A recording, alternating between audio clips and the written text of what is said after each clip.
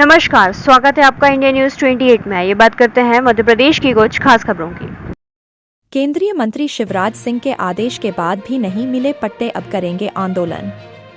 रायसेन के ward number 14 के रहवासी 17 बार जनता दरबार में आवेदन लगा चुके हैं, लेकिन उनके पट्टे नहीं बन पा रहे हैं।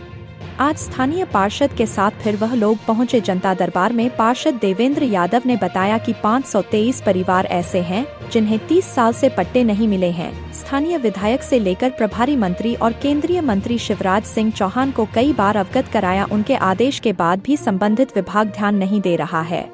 उन्होंने एक आरोप लगाया कि मुझे प्रशासनिक धमकियां भी मिल रही हैं। हालांकि उन्होंने उस प्रशासनिक अधिकारी का नाम उजागर नहीं किया। पार्षद बोले कि अब काम नहीं हुआ तो हम धरना और आंदोलन प्रारंभ करेंगे। इंडिया न्यूज 28 के लिए ब्यूरो चीफ राकेश जैन की रिपोर्ट। कि जिस राज्य से लेकर केंद्र और नगर पालिका में भारतीय जनता पार्टी की सरकार है, वहीं के पार्षद 17 बार आवेदन दे चुके हैं कि उनके यहाँ के लोगों को पट्टे नहीं मिल रहे हैं। इनका आरोप ये है कि विधायक से लेकर प्रभारी मंत्री और प्रभारी मंत्री से केंद्रीय मंत्री शिवराज सिंह चौहान जो यहाँ के सांसद भी हैं, उनके आदेश के बाद भी इनको पट्टे नहीं मिल रहे हैं। करीबन 500 से ऊपर ऐसे लोग हैं जिनको ये पट्टे नहीं मिले हैं और मैं खुद इस बात का गवाह हूँ कि कम से कम 17 बार ये कलेक्ट्रेट में आ चुके हैं और कम से कम 10 से बाद तो मैं इनकी खबर निकाल चुका हूँ। अब देखना यह है कि जिला प्रशासन इनकी कब तक सुनता है। मैं जिला कलेक्ट्रेट से राकेश जैन, मंत्री से, कलेक्टर महोदय से, सभी कर्मचारियों से निवेदन है, जो हम 1000 बार और लाख बार आ चुके हैं, हमारी कोई नहीं सुनता। रायसेन में कोई अधिकारी नहीं सुनता है, सिर्फ आश्वासन देके और भगा देते हैं। कहते जाओ 2 दिन में सर्वे आ रही, 3 दिन में सर्वे आ रही। आज भी कलेक्टर साहब ने दिया है कि 3 दिन में सर्वे होगी।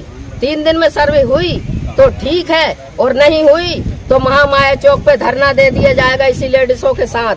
आज सभी लेडीजें अपना मजदूरी छोड़कर आई हैं 400 रुपए, यहाँ तक कि हमारी मतलब बन जाए, मकान पट्टा मिल जाए, हमारे बच्चे गीले से बच जाएं, पर इनकी कोई नहीं सुनता सर। इसलिए मैं इनके साथ आई हूँ और मैं भी मजदूर हूँ, मैं भी धान लगाने जाती हूँ। हमारी सुनवाई नहीं हुई तो हम उस पर धरना धर लेंगे महामाया चौक पे। जब तक नहीं हटेंगे, चाहे तो रोड जाम हो जाए और चाहे कुछ भी हो जाए, हम नहीं हटेंगे। कौन से वार्ड का मामला है ये? बराहोल नगर 14 नंबर वार्ड का मामला है। उसी वार्ड में पट्टे दिए गए, हमारे मकान के पीछे पट्टे दे दिए गए, हमें पट्टे नहीं दिए गए। हमसे कौन सी दुश्मनी थी तहसीलदार और SDM साहब की जो हमें पट्टे नहीं दिए गए? उसकी सर्वे कराए, पट्टे किसने दिए और कैसे मिले?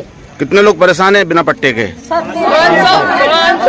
570 लोग इस परेशानी से जूझ रहे हैं। अभी 20-30 मकान झोपड़ी उड़ गई, उनका सर्वे अभी तक नहीं हुआ। बेचारे दूसरों के घर में जाके दुखे, इसलिए उनको हमने सबने बचाया कि चलो यहाँ बैठी। उनकी टीन सब उड़ गई, दीवारें गिर गई, पन्नी उड़ गई। मनो इस रायसेन के अधिकारियों ने, बड़े बड़े आदमियों ने नहीं सोचा कि किसी गरीब का अपन करेगा। परेशानी क्यों है आपके वार्ड के नागरिक?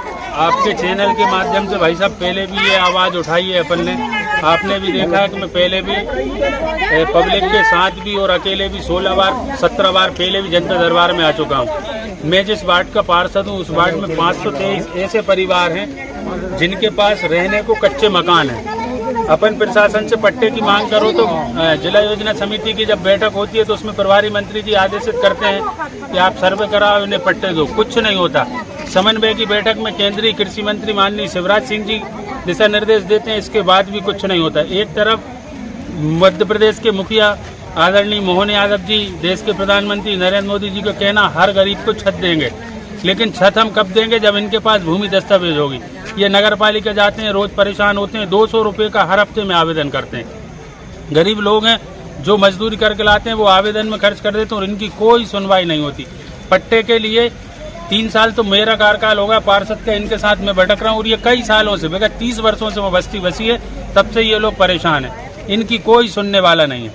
आप तो भारतीय जनता पार्टी में आपकी सरकार है, फिर भी आपकी नहीं सुनी जा रही। मैं भारतीय जनता पार्टी में संगठन से लेकर सत्ता के ऐसा कोई भी प्रभारी मंत्री, क्षेत्रीय विधायक, केंद्रीय कृषि मंत्री जो यहाँ से शिवराज जी हैं, जब वो चुनाव जीते तो मेरे वार्ड में मेरे यहाँ बूथ अध्यक्ष के घर जाते हैं और वहाँ वो आश्वासन देते हैं कि अब आपको चिंता करने की जरूरत नहीं, मामा आए सबको पट्टे मिलेंगे। मामा यहाँ इसी कलेक्ट्रेट में बैठक लेते हैं और वो कहते हैं कि भैया इनको पट्टे दो, लेकिन पता नहीं प्रशासन को ऐसी कौन सी बुराई है, 14 नंबर से बुराई है सिर्फ। मतलब आपको लगता है कि केंद्रीय मंत्री की भी नहीं सुनी जा रही? किसी की नहीं सुनी जा रही। अब आप क्या करेंगे? अब आज फिर आए हैं, कलेक्टर साहब ने हमें 3 दिन का आश्वासन दिया था, हम उनसे विनम्र निवेदन कर रहे हैं कि साहब और बताओ कैसे हम निवेदन करें जिससे कि हम इन गरीबों का काम करा सकें। अगर ये नहीं हुआ तो जो पब्लिक कहेगी, पब्लिक मुझसे कहेगी कि रोड पे बैठ जाओ, इनका चुना हुआ जनप्रतिनिधि हूं, तो इनके लिए सड़क पे भी उतरूंगा, जो कहेंगे। पे अगर बैठना पड़ेगा तो मैं इनके लिए अनशन पे भी बैठूंगा। मतलब आप अपनी सरकार के खिलाफ जाएंगे? काम नहीं होगा तो सरकार के सिस्टम के खिलाफ जा रहा है, सरकार के खिलाफ नहीं जा रहा है। सरकार में माननीय प्रभारी मंत्री कह रहा है, माननीय केंद्रीय मंत्री कह रहा है। अभी 8 दिन पहले माननीय विधायक जी और जिला अध्यक्ष जी ने सर्किट हाउस में मीटिंग करी, उसमें बुला के प्रशासनिक अधिकारियों को बोला गया, इसके बाद कोई सर्वे नहीं करते। क्या कारण है सर्वे नहीं करते वो लोग? पता नहीं साहब, अब मेरे बारे में तो अब आप सबको भी शायद पता हो, पहले भी मैंने जब विधानसभा चुनाव के पहले ये सब आंदोलन किए और ये मांग रखी तो मुझे तो प्रशासन ने कुछ धमकियां भी मिली, तो मैं डरने वाला नहीं हूँ।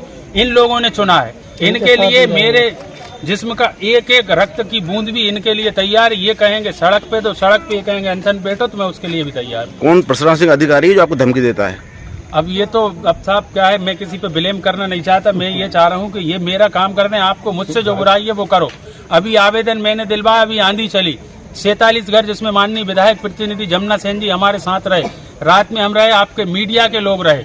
आज तक कोई प्रशासनिक अमला देखने नहीं गया कि इन गरीबों का क्या हुआ, जिसमें 13 लोग जख्मी हुए थे, कोई पूछने वाला नहीं। आज क्या कहा कलेक्टर साहब ने? आज कलेक्टर साहब ने कहा है कि अभी हम 3 दिन में कुछ न कुछ करेंगे, नहीं तो इसके बाद फिर हम उग्र आंदोलन भी करेंगे। अब तो